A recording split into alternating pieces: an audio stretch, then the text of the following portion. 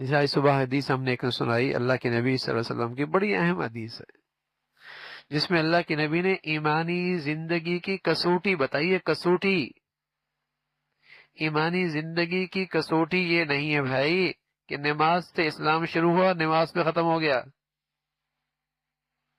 جو چند نیکیاں شروع کہیں وہی اسلام، آخر اول آخر وہی اسلام۔ اسلام کی کسوٹی یہ ہے کہ اللہ کی نافرمانی دیکھو بے چین ہو جاؤ، پریشان ہو جاؤ، اس نافرمانی کو ہاتھ سے روکو تو روکو، نہیں روک سکتے تو زبان سے روکو، نہیں روک سکتے تو اندر بے چینی پیدا کرو تاکہ میں اسے کس طریقے سے اسے ختم کر سکوں۔ فرمایا یہ ہے ایمان کی زندگی، یہ ہے ایمان کی زندگی۔ نمازیں بھی پڑھ رہا ہے، حج بھی کر رہا ہے، روزی بھی کر رہا ہے، صدقہ خیرات بھی کر رہا ہے، مسجد بھی بنا لی، ہسپتال بھی چلا رہا ہے، اور اپنی زندگی میں گناہوں کو فروغ دے رہا ہے، اپنے ماحول میں گناہوں کی حوصلہ افزائی کر رہا ہے۔ کوئی نہیں ایمانی زندگی ہے، یہ کوئی ایمانی زندگی نہیں ہے۔ حدیث ہے، ایک شخص ذرا لمحے بھر بھی اللہ سے غافل نہیں، اللہ نے فرمایا اس بستی کو تباہ و برباد کر دو۔ اللہ وہاں اتنا بڑا بزرگ ہے، فرمایا ہاں تمہاری نظر میں بزرگ ہوگا، آپ سے ایک لمحے میں بھی دور نہیں ہوا، ہر وقت آپ کی یاد میں مصروف رہتا ہے۔ کہا نہیں، اس کے سامنے میری نافرمانی ہوتی ہے، اس کے پیشانی میں بل ہی نہیں آتا، جب سب کو برباد کر کے آ جاؤ۔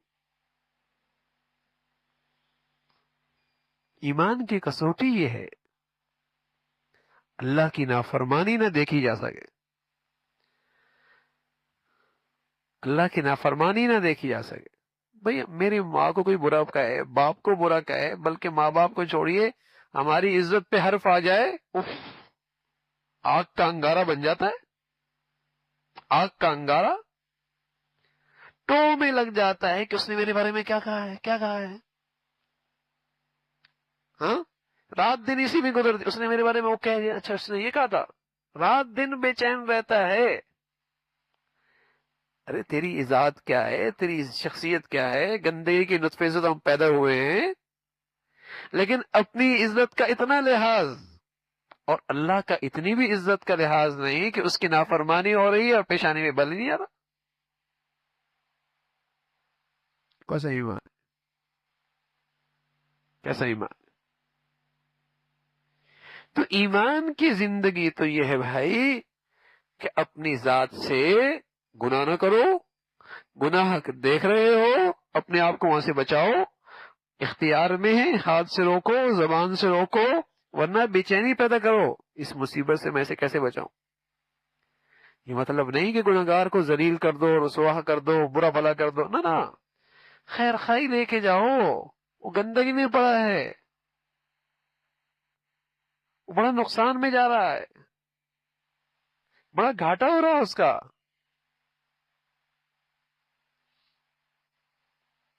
یہ دین ہے۔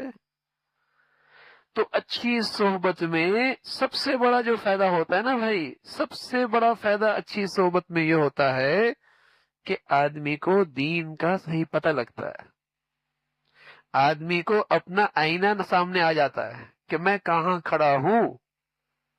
اچھی صحبت کا یہ برکت ہے کہ آدمی کو اپنی کمزوریوں کی نشاندہی ہو جاتی ہے۔ اچھی صحبت کا برکت یہ ہے کہ اپنی غلطیوں پہ نظر مل جاتی ہے، اور جب یہ صحبت نہ ملے تو آدمی جس رخ پہ جس پہلو پہ چل رہا ہے بہت مطمئن، بہت مطمئن۔ صحابہ کو تو ایسی خوبصورت صحبت ملی ہوئی تھی اللہ کے نبی کی شکل میں، تو ذرا سی غفلت ہوتی تو کہتے نافق حنظلہ، نافق حنظلہ، حنظلہ تو منافق ہو گیا۔ کہ بھائی کیا ہوا؟ کہ حضور کی خدمت میں ہوتے ہیں ایسا لگتا ہے دائیں طرف جنت ہے بائیں طرف جہنم ہے، اور جب بال بچوں میں آ جاتے ہیں یہ کیفیت نہیں جاتی، ہم تو منافق ہو گئے۔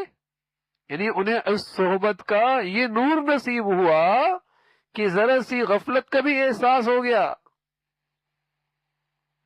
ذرا سی غفلت کا بھی احساس ہو گیا۔ یہ اچھی صحبت کی برکت ہے۔ تو اچھی صحبت سے وہ نظر ملتی ہے، وہ بصیرت ملتی ہے، وہ نظر ملتی ہے، وہ بصیرت ملتی ہے، جس سے اپنی کمزوریاں، اپنی خطائیں، اپنی غلطیاں نظر آنے لگتی ہیں۔ پھر اللہ اپنا فضل فرما دے، توبہ کی توفیق بھی ہو جاتی۔ تو اچھی صحبت کا یہ اثر ہے کہ امید ہے کہ خاتمہ اچھا ہو جائے، خاتمہ اچھا ہو جائے۔ اور بری صحبت کا ایک بڑا نصوصت یہ ہے میرے عزیزو، ڈر کی بات ہے کہیں خاتمہ خراب نہ ہو جائے، کیونکہ گناہ نہ بھی کرتا ہو، گناہوں کی نحوست کا دلوں سے نکل جانا، گناہوں کی برائی کا دل سے نکل جانا، یہ بھی کوئی چھوٹا گناہ نہیں ہے۔ گناہ نہیں کر رہا لیکن گناہ کی برائی دل سے نکل گئی، اس کی گندگی کا احساس ختم ہو گیا، یہ بھی کوئی چھوٹا گناہ نہیں ہے۔ اتنا بڑا گناہ ہے کہ ایمان کی جو کسوٹی بتائی ہے، اس کی ایمانی زندگی اس پہ نہیں اتر رہی۔ اگر برائی ہوتی ہاتھ سے روکتا، برائی ہوتی زبان سے روکتا، آگ بھڑکتی نا بھائی، ہاتھ سے روکتا ہے، پانی لے کے آتا ہے، نل کا چلاتا ہے، مشین چلاتا ہے، پانی پھینکتا ہے، نہیں بجھا سکتا، آواز لگتا، لوگوں آگ لگی ہوئی ہے آؤ مدد کرو۔ نہ ہاتھ سے کر سکتا ہے، نہ زبان سے، کیا کرتا ہے؟ اپنا سامان ہٹاتا ہے، وہاں سے دور بھاگتا ہے، دیکھتا ہے، بے چین ہوتا ہے، کیسے بجھاؤں؟ گناہوں کی آگ میرے گھر میں لگی ہے، ہاں گناہوں کی آگ لگی ہے، کیسے بجھا رہا ہوں؟ تو یہ ایمان کی زندگی ہے، یہ ایمان کی زندگی۔